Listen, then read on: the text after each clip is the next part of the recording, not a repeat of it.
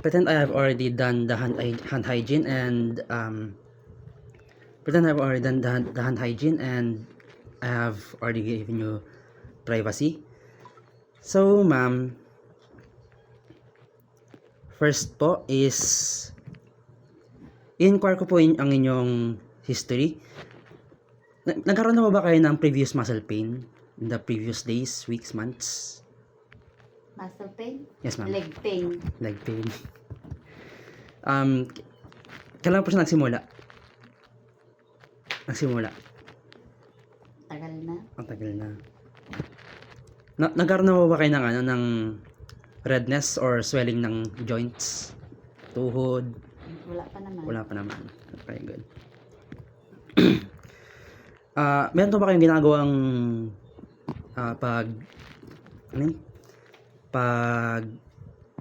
remedy para matanggal yung sakit?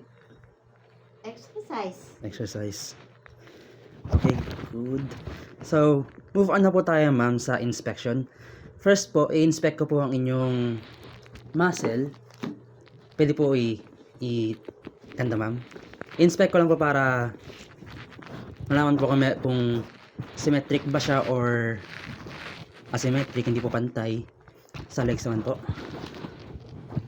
Both legs, ma'am. Okay, so Pantay ba? pantay naman. So, ang normal lang po yung na symmetric sila and wala naman pong sign ng atrophy, which is yung pag-shrink ng muscle or Ay, pagliit. or hypertrophy, which yung paglaki, yung abnormal na paglaki. So, next,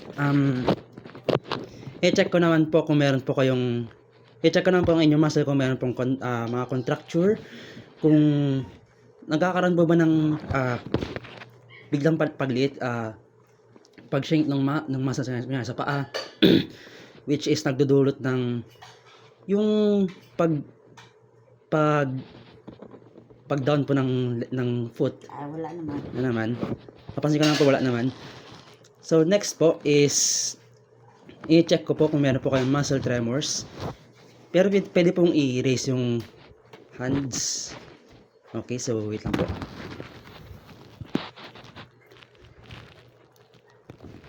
Okay, so ayos naman po and wala naman po ako napansin na pag-shake ng kamay ninyo. Normal lang po yun. And then next po, i-test ko po ang inyong muscle strength. So, ang una ko pong gagawin is yung i-test ko po yung inyong sternocleidomastoid, which is ito ba nasa leeg. And pwede ko po kayo hawakan, ma'am. Sige. So, ang gusto ko pang gawin ninyo is i-push ko po yung inyong ulo and ilin nyo po yung ulo nyo sa kamay ko. Hindi nyo po. Okay, good. And then next, so tayo po kayo, ma'am. Ang next ko pang harap po kayo sa akin. Ang next ko pang gagawin is hawakan ko po yung inyong balikat, i-raise nyo po. I-raise nyo po yung shoulders ninyo. And ang gagawin ko po is itutulak ko po siya and kailangan po hindi pa siya bumaba. I-raise nyo po ulit. Okay, good. So, next po is yung deltoid. Yan. Yung muscle po sa inyong kamay. So, i-raise nyo po yung kamay ninyo. That's it. Itulak ko po siya pababa. Kailangan po hindi po siya bumaba, okay? 1, 2, 3. Okay, good. And then next is yung biceps. Again, raise nyo po ulit. Yung biceps po dito banda. And pagkanto. Kailangan nyo po siyang i-raise. Paganyan po. Okay, good. And the next naman is yung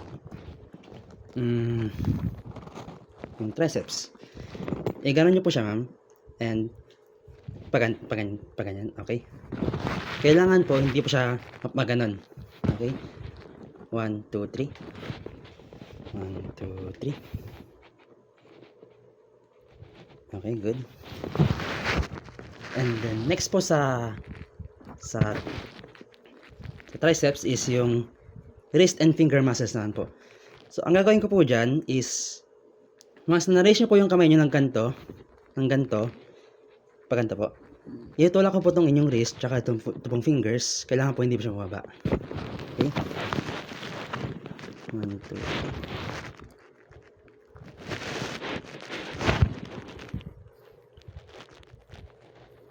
All fingers po ang gagawin ko, ma'am.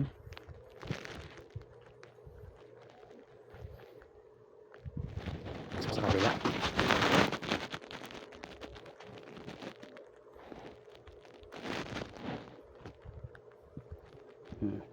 Dito po. Okay. And then, ang sunod po dun is yung grip strike po. Hawakan nyo po tong daliri ko and kailangan po, hawakan nyo po na madiin. Kailangan po hindi ko po siya maalis.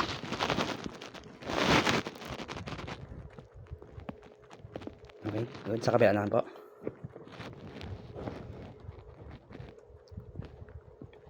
Okay. Good.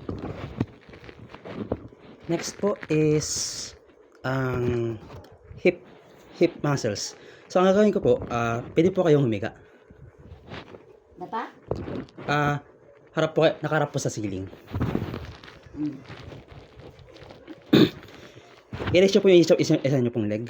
And ganyan.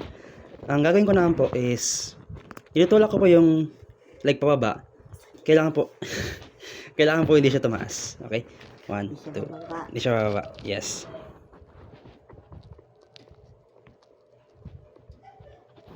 Okay, sa kabila naman po.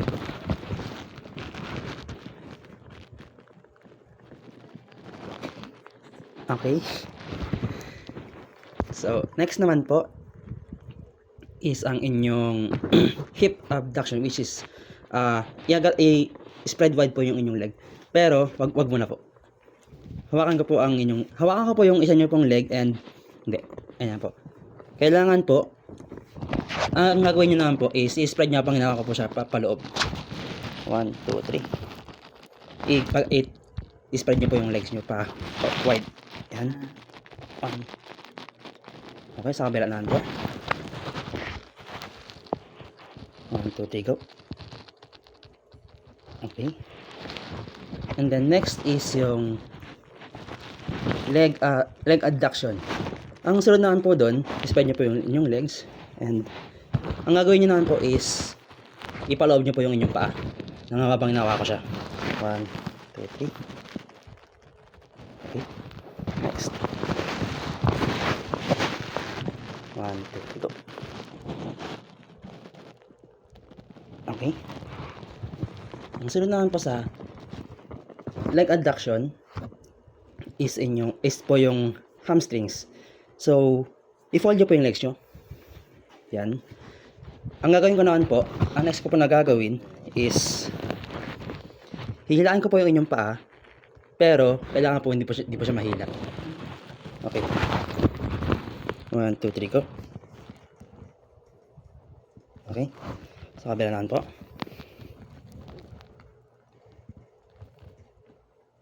Okay.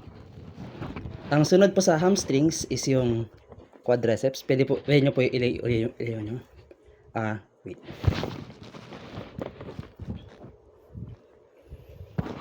Ang sunod po is yung quadriceps.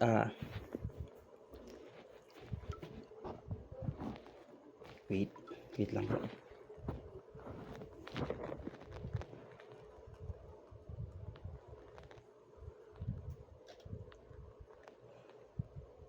Okay. I-fold nyo po ulit yung legs nyo, pero po partial lang po. Lagay nyo po yung paa nyo rito. Yan. Okay. So ang gagawin ko naman po is itutulak ko po yung paa nyo. Kailangan po hindi po siya ma-fold. Sa right side muna. 1, 2, 3, go.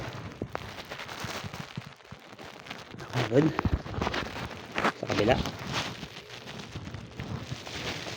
1, 2, 3, go. Okay. And then lastly is yung muscles po ng inyong ankles and yung inyong feet.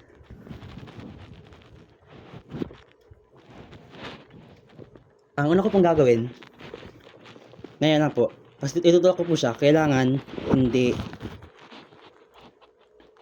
po hindi siya ma-fold, okay? 1, 2, 3, go.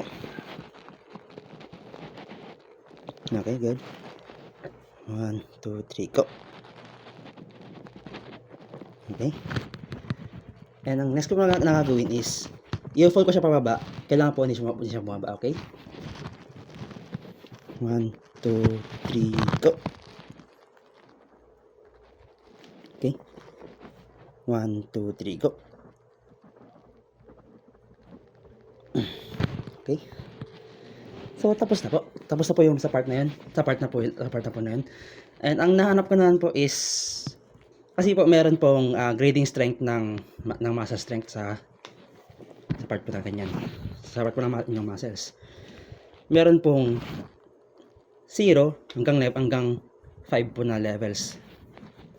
And ang nahanap ko naman po is, ang nahanap ko naman po na level na ng strength ninyo habang check ko kanina is yung ano po, level 4, which is yung 70% of normal strength.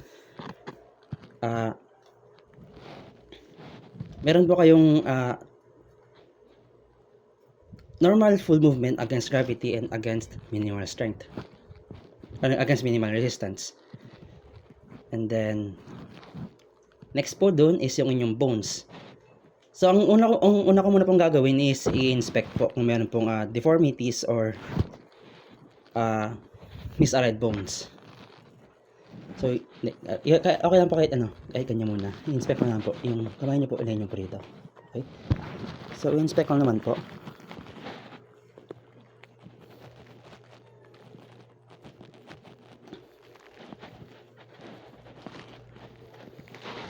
Okay, so ma'am, so far naman po, wala naman po siyang wala naman po akong deformities na mapansin, and wala naman pong misaligned na buto.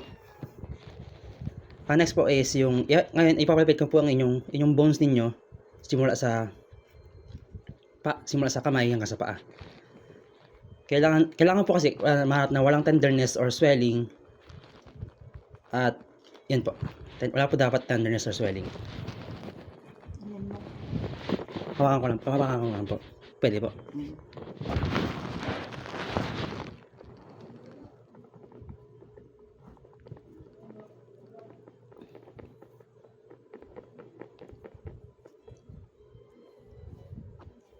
Sa kabila naman po.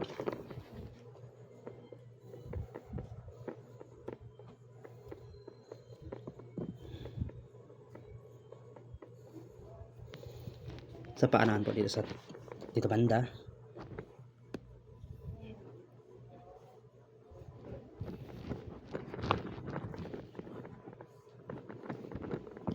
Okay, sa kabila naman po.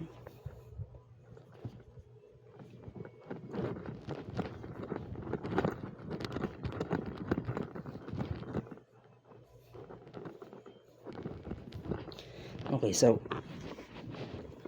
far wala naman po akong naramdaman na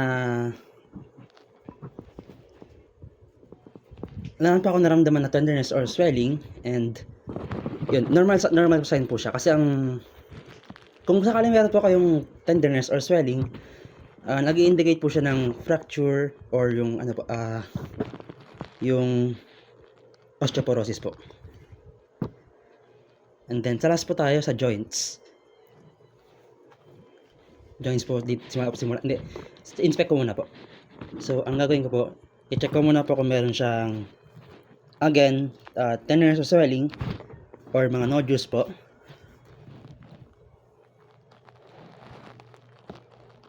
And so far wala naman.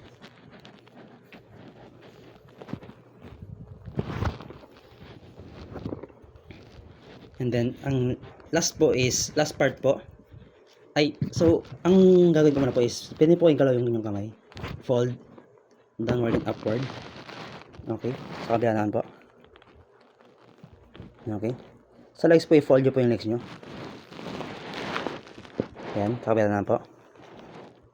Okay, tapos upward and downward po sa paa. Sige po. Okay? And then, sa kamay naman po i-fold upwards. Upwards and downwards pag ganito. Yan. And, i-close nyo po siya. Try nyo po siya i-close. Yan. Okay?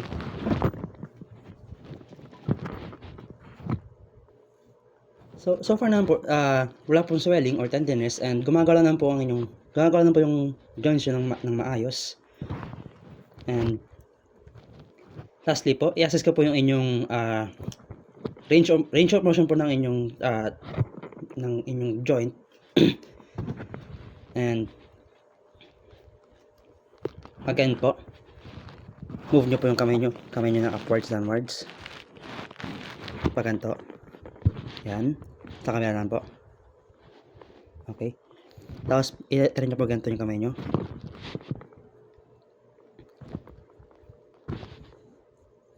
Try nyo po i-close. Close po lahat yung dalawa. Okay.